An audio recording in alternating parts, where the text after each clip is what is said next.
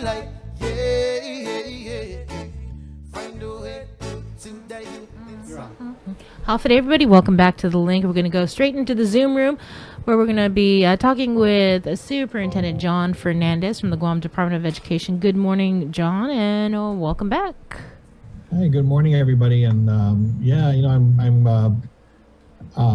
know we've been doing this weekly, COVID-19, meetings, and I know that, I guess now that things have kind of slowed down on that front, hopefully for a while.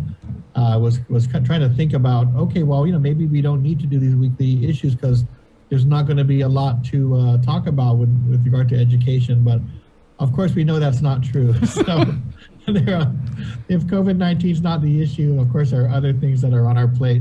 So we have a lot of, as everybody should know, in normal years, there are enough issues occupying us at DOE with regard to the education and well-being of our kids. So and you've got the biggest plate by far in the government of Guam. You got that big Dixie plate with like the 3 different compartments. Right. Yeah, but I would just say, okay, COVID-19 is not the topic. So, who's it? Nobody's going to be interested in anything else. But of course, as you know, other news comes up and we have to, make sure that we're working with our public to clarify, let them know what's going on, whether it's, I think obviously the governor's lifting of restrictions that are coming up, trying to figure out how that's going to impact our school system. I know there was this week a lot of discussion about interscholastics and rugby that we're currently looking at and reviewing. So it's even though COVID-19 may not be the topic of the day, there are other things that are going on, and so I'm glad to be here. Happy to answer any questions and talk about any issue that you feel your listeners need to hear about. Mm-hmm. Well, we can talk about rugby a little bit later, but first I wanted to talk about your recent trip. If you can tell us what you were working on out in the States. Yeah, so I did every spring. So this spring, the Council of Chief School Officers meets, and that's actually a meeting of all the state superintendents across the country. So we have a meeting every spring. This is called our legislative conference. And also, again, we haven't had this meeting for a couple of years, in person. So this was basically the first time we had come back in person for this legislative meeting. But typically, in a normal year, that's also the time when the National Association of State Boards of Education also meets. So we were actually all out there. Some of our board members were at the NASB legislative meeting, and we were across the street at CCSSO. And so this really is an opportunity for us to kind of catch up on what's happening across the country in terms of, the hottest topics. Right now it's about recovery and sustaining improvements as we move out of COVID-19, dealing with social emotional, learning and what social emotional well-being of our kids. And then, looking at what Congress has ahead in terms of any potential action and so forth. So I thought I know that our board members had their sessions. Our meetings over at CCSSO were really good and productive. We had Secretary Miguel Cardona, the Education Secretary for the President, over at our meeting, and we were lucky enough to get about 15 to 20 minutes with him in advance of his remarks. He's made it a priority to meet with every state and every territory, but of course, he hasn't been able to get out to Guam, so he was gracious enough to set time aside just to hear from myself. I was joined by Chairman Mark Mignola in that meeting, as well as one of our iBox members, Isabella Paco, one of our students, who I thought would appreciate meeting the Education Secretary. So we gave us some opportunity. What we talked about really is our upcoming visit from US DOE to review and give us what we hope will be a final determination on our high-risk situation and our third-party fiduciary relationship that's that's required for our federal education grants. So what was really nice about it was that number one, the US DOE, even though we've switched administrations since President Trump to President Biden, they still are very aware of our situation at the highest levels. And I think that's really been a result of our push to make sure that we are not just talking to the staff at the risk management office, but to really make sure that the secretary and those right below the secretary are aware and really watching what's happening. Because at some point there needs to be a determination at that level as to what's going to happen with Guam, especially because what's happening in Guam, they're now doing in Puerto Rico, which has a much more extensive set of issues and complexities that are going on there. So they've got a third-party fiduciary, in Puerto Rico, and it's very important for us to demonstrate that this works. There is a way to use the third-party fiduciary situation to make improvements, but then it has to come to an end, right? Otherwise, if you don't have an ending, it's not a successful project. So we were glad Secretary Cardona was there and was really, appeared to be very well briefed and to understand our issue. This meeting was brokered by his Deputy Secretary James Lane, who was the former State Superintendent of Virginia and a former colleague of mine on the board of directors for CCSSO. So he was really helpful in making that connection.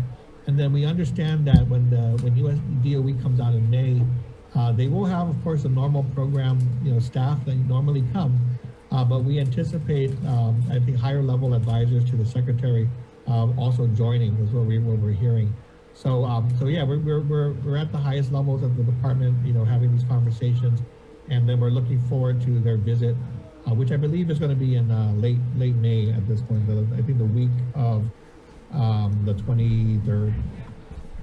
So we'll be preparing, up to then to make sure that we're ready for this visit. Well, why the high level leaders?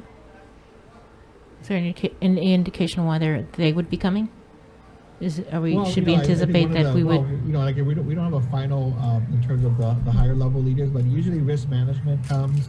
I think that we're going to have a representative of the Inspector General's office come. We're going to have our grant administration offices or program staff come. So those who oversee special education, as well as our consolidated grant and our ARP funds and so forth for Guam. So those are the people that we normally work with, week to week, month to month. But we have been in conversation at higher levels with, again, the Secretary, Deputy Secretary James Lane. I know a senior advisor, Chris Soto, who has had several conversations and been very instrumental. Chris actually came with the Secretary from Connecticut, to the department. So he's a close advisor, and we look forward to him if he's able to join coming out. So that's what I mean. I think people at the highest level with the Secretary's ear, are going to be there. Mm-hmm. We did invite the Secretary out. We said if you're ever in the area, swing by. We'll be happy to host you. But if that's not possible, then we do welcome anyone who can represent you at that level to join us. One of the interesting comments that he made is he said, after all the improvements we've made, that maybe at some point, kind of assist them in providing technical assistance in Puerto Rico. But of course, we just laughed and said, let's first things first, let's deal with our situation. And, and then of course, if we could, we'd love to help other areas who might benefit from our experience. So based on those high level talks, should we anticipate that when they come out here in May, that we finally would be off of this high-risk grantee status and no longer be under this third-party fiduciary? Well, right. So I think we're going into this with the realization that, and I think the conversation with US DOE that no entity, state, territory is ever going to be at 100%, in terms of financial situation, financial issues. There'll always be something that you can improve on, something that needs to be worked on. That's the reality, especially large organizations such as ours.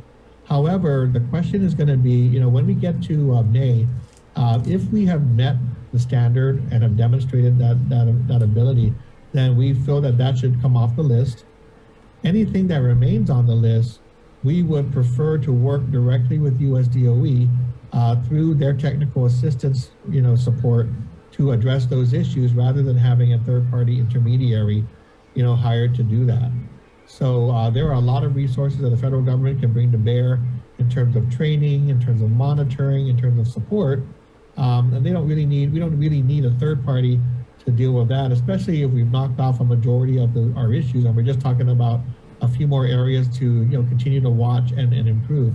So we're kind of moving in that direction, saying, okay, we think we've done well. Let's get those out of the way. But if there's anything left that you feel we need to work on it for another year, for another 2 years, can we just do that in direct relationship with you without having to pay, a third party to kind of oversee funds, while we, work on that. So we think there are lots of different options, that don't, besides a third party that we could design.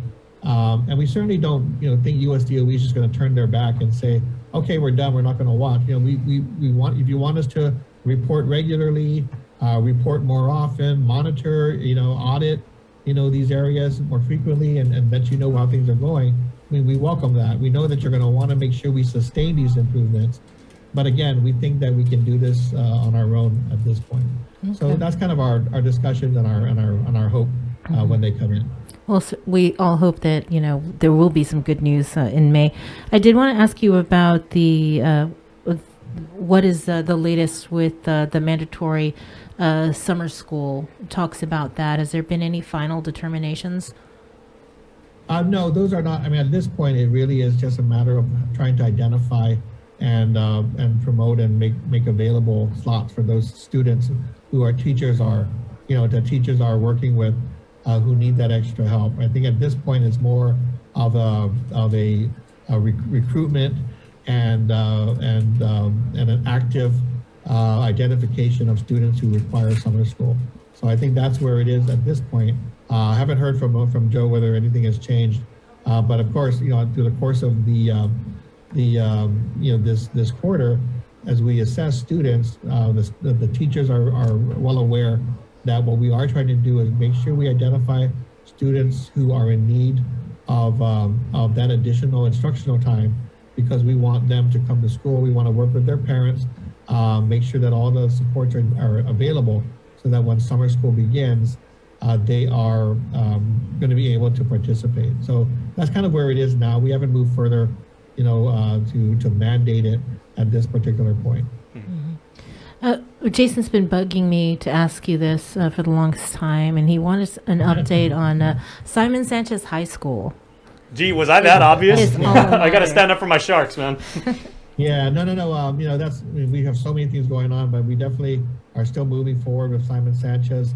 So, at this point, we're really, given everything that's out there, our effort is to make sure we try to do things right and spend the necessary time to do these things. So, as you know, TRMA, the Taniguchi route, are still, working on the design and nearing that 90%, 100%. So we still anticipate that when we put the solicitation out for the next phase, that the design will be, ready to go so that the bidders who are going to build and finance the school will have the design available to make their bids, right? So they need the way we approached it was, we're not going to combine, all of these activities like design, having every vendor design and build and finance their school. We're going to separate the design, which we are doing and completing now. And then once we complete that design, everyone who comes to bid on building that school will know exactly what it is they're building. It's going to be the same design, going to be the same materials, the same layout, the same issues, right? So we anticipate, hopefully, our aim is that when our the next phase, when we have vendors who offer, will say this is how much it's going to cost to build that school, that they are all building the same school, so that their construction estimates can be compared apples to apples, right? And it's not like any lack of clarity about what kind of school. So that's really why the design was separated, so we can do that, and then everybody is going to bid on the same design. So that's happening with design. The next phase really is that what I call the solicitation, which is basically putting out for bid the work on the construction and financing of the school. So when we go out for bid, we're looking for vendors who have the ability to build the school, right? So this is, of course, it's a big facility with all these educational components. So we're going to need bidders who can build, show and have the capability of building Simon Sanchez High School. And then also, because this is a leaseback school, they have to have the ability to finance the construction. So they're essentially paying out of their own pocket, out of their own source of funding. They're going to build that school for us. And then what we're doing through the lease back is paying them back over time instead of, upfront. So, so anyone who comes to bid is going to have to build and front the costs to build that school. And then over the next 30 years, we'll be paying them back a stream of funds that have been identified by the legislature to cover the costs of that project. The law requires that the award be made based on the lowest average annual lease rate, right? So we're going to be leasing this on an annual basis. So after all is said and done, right, if all these bidders come in, they've demonstrated the capability and capacity to do it, to do the project, we're now looking at, what it's going to cost us on an annual basis to lease back the school over those 30 years. Mm-hmm. So that's out there. We are in the middle. I mean, today we got a couple of hours later this morning where we are going over the draft of this solicitation. So there already is a draft that is under review by legal, by our procurement folks, by the Guam Economic Development Authority, because they are partners in looking at the financing part of it, Public Works and Land Management as well. They've been identified in the laws to assist us with this. So hopefully this morning we'll get a better sense of how much, whether this draft is ready to be finalized. And then once it's finalized, the next step really is to get it ready to go out for publication. Yeah. And then once it's published, vendors can review it and determine whether to compete for it. And then there will be instructions as to how they put their bid forward to build the school. Yeah, John, real quick. That's going to be over that. I was going to say I greatly appreciate how you said kind of like the overriding philosophy on managing all these DOE projects is we'd rather do it right than do it fast. And using that approach, are you, even if tentatively, have you nailed down like a format and a time for graduation and promotions for all the schools, or does this all hinge on what might happen with the repeal of the mask mandate? So yeah, these are all moving parts, right? But we definitely have a schedule for graduations already. Some of them will take place on campus, and a couple of them at UOG, right? And these were already moved forward much earlier than the governor's announcement of when she would lift the requirements. Mm-hmm. So they were already being designed with an eye towards masks and social distancing and so forth. So those plans are underway. And what we're doing right now is kind of waiting for new information relative to the lifting of the mandates, so that we can make any adjustments needed, if needed and if desired, for those graduation and promotion ceremonies. But yeah, we've already planned and we've already laid them out, and the high schools for sure are going to be in person. So that was already decided. Now, I think the discussion right now is, okay, now with the lifting, of the mandates, how can they adjust, and what kind of adjustments do they want to make to the way that the students are planned to be seated, how they're going to walk in, all of that. So the lifting of the mandates will give us that more flexibility, and so I think that's a good thing. It won't require us to go back and redo our plans. It'll give us, I think, more flexibility to improve, what's already in place for this year. So I'm very excited, about the fact that we'll be able to do in-person ceremonies. I think the issue though is just timing and what the details are regarding the lifting of the mandate. So what we understand, of course, as everybody knows, there's an April 19th, discussion of the outdoor mandates, and then early March, we're talking about the indoor mandate. But the executive order also says, for us, subject to the public health guidelines, that with regard to schools and interscholastics and so forth. So in addition to the executive orders, we also are working with public health to say, look, are we going to get any specific guidelines that require us, to do one thing or another, so that when we announce things to our stakeholders, we're very clear on what the new, adjustments are going to be. What we did, because, knowing that there was a timeline for these things to happen, we already made the determination that we're status quo until the end of April. So to the end of April, nothing's going to change at DOE, regardless of the lifting of the mandates, because that'll give us Gotcha. some time to get public health guidelines, review it, and then make a determination for May. I think the big issue, of course, is going to be the indoor mask mandate. So we're really looking forward to having more discussion with public health about the decision to lift the mandates.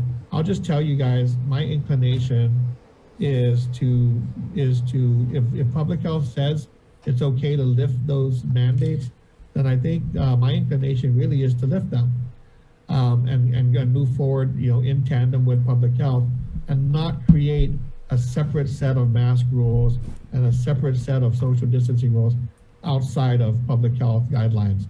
So public health is going to leave it to the schools to lift the mandates, but leave it to the schools to decide what they want to do. We want to be as open as possible, as normal as possible. And in review of the school systems, the major school systems across, states, on the mainland, most of them have already lifted the outdoor and indoor mask mandates and social distancing restrictions. Sure. I think Hawaii was the one that was still pending during my last review, and maybe one other state.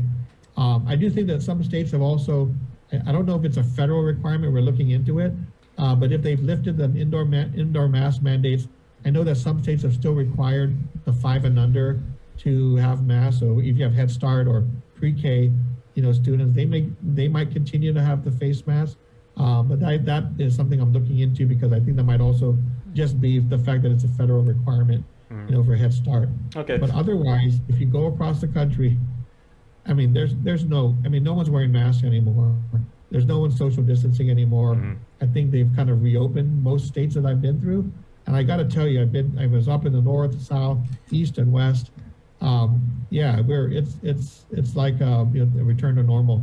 Most places I've been. So we're going to be watching, those situations and pushing to get back to as normal as we can. All right. Well, John, of course, we do want to spend a couple moments, and you were mentioning interscholastic, sports earlier, and I don't know if you realize this, but you used the term when you were just describing the graduation thing as like separate sets and everything, and that kind of shines light on what has been, without doubt, the biggest issue that we've been covering this week is the news that broke about the transgender female athlete competing in rugby. Of course, it was brought up that GDOE is considering the facts of the situation. Taking it into consideration, discussing like amongst yourselves, but has there been any progress about like an official position or like a statement on what might transpire or where we should go forward as far as allowing this type of competition? Yeah, so this might be my first statement on this. Sure. But we were, to be honest, we were not aware of the situation when it was happening on that day. It was just subsequent to the competition where we were made aware that a transgender female was playing varsity female rugby in our league.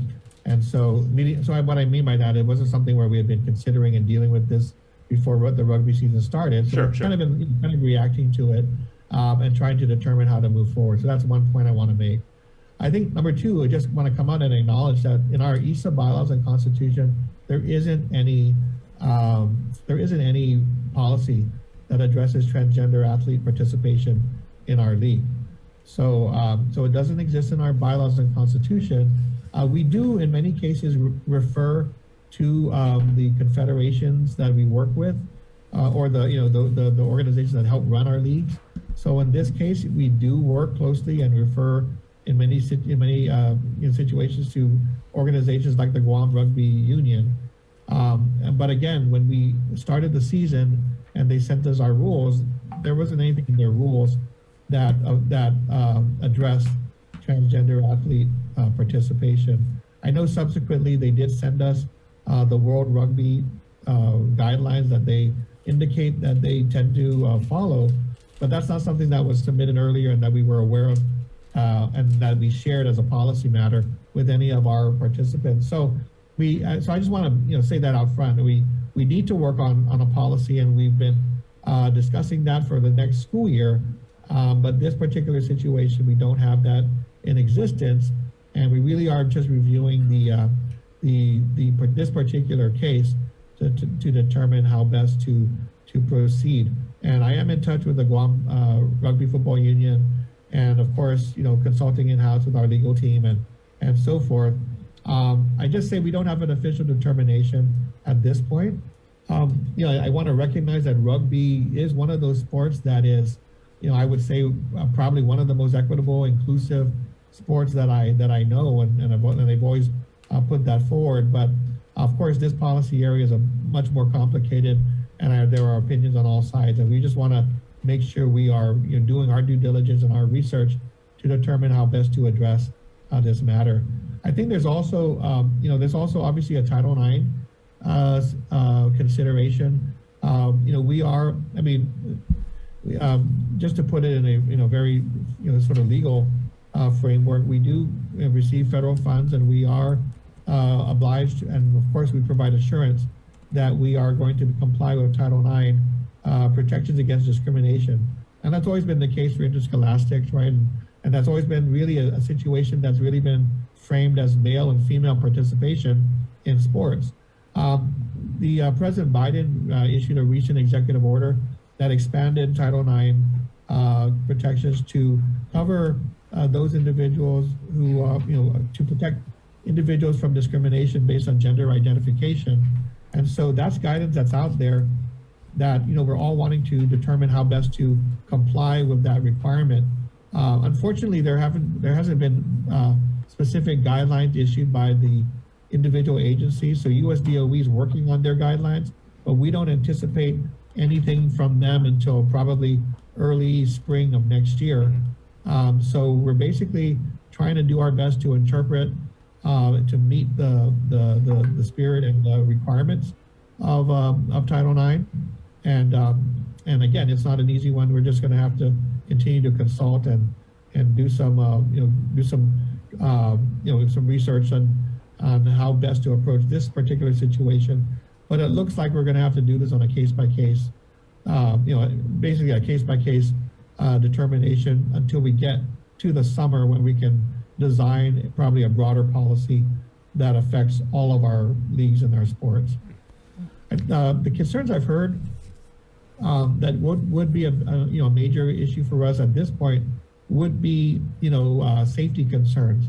So I've heard that come up, and there have been people saying, well, we don't have an issue with the transgender participation, but we're worried about safety concerns if there are safety issues. So that's part of our due diligence as well, trying to understand whether there are safety concerns, what are the options for addressing them, and then dealing with it that way. But rugby is a tough sport. It's rough.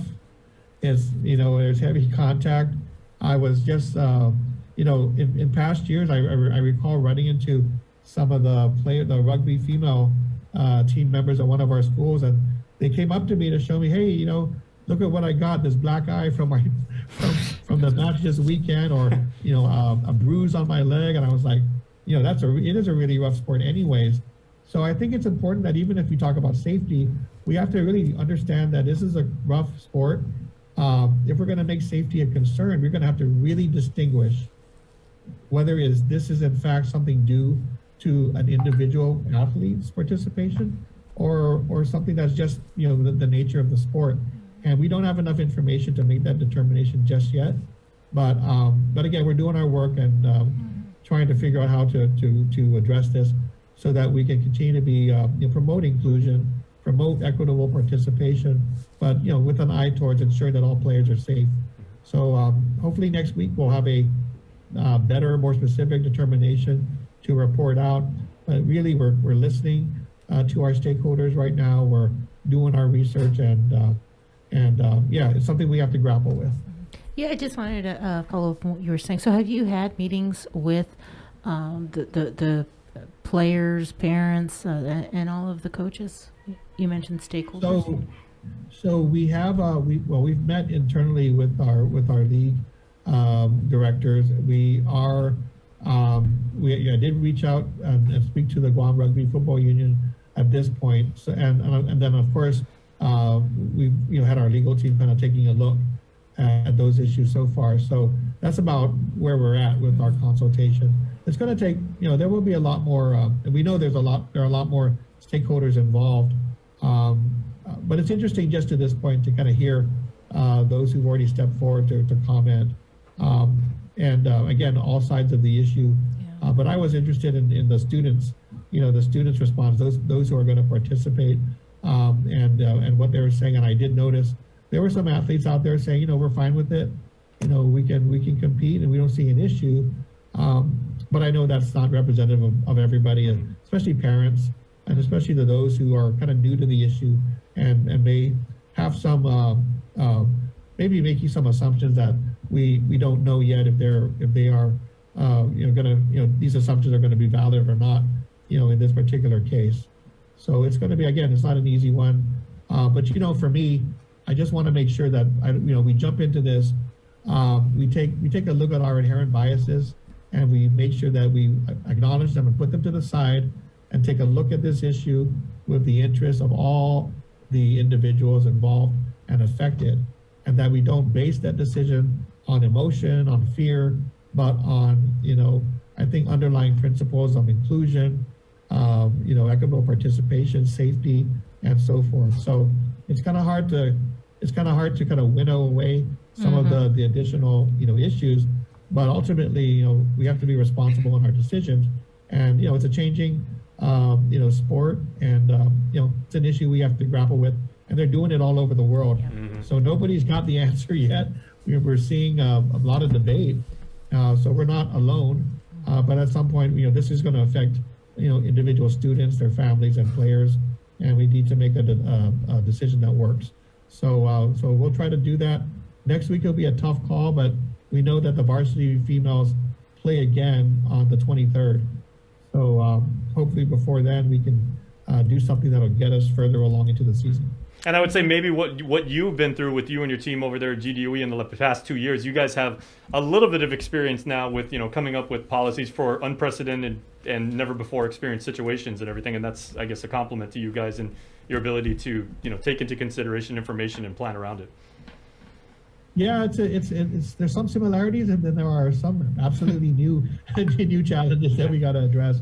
But yeah, the experience shows us, has taught us a lot about some of these the difficult decision making. But again, like one of the issues is, when you deal with situations where people are fearful, whether or not there are reasons or that exist or not, or there may be different reasons, we just have to take that into account and make sure that we sort through it in the right way to come up with a situation that's going to work for everyone involved. Well, thank you so much, Jon, for taking time to join us this morning. Really appreciate it. All right, thanks, Jon. Good to see you as always. All right, thanks. Hey, have a great week. Happy Easter. Yeah, happy Happy Easter. Easter to you. Okay. And that is our show for today here on The Link. But we're not going anywhere because we still have to work on our 12 o'clock show, The Hotspot. So please join us there. And then when we're done with that, we got to work on our 6 o'clock show for prime time. And then we'll be back here tomorrow morning. Yeah. So we hope you guys would join us. Remember, if you missed anything or if you want to rewatch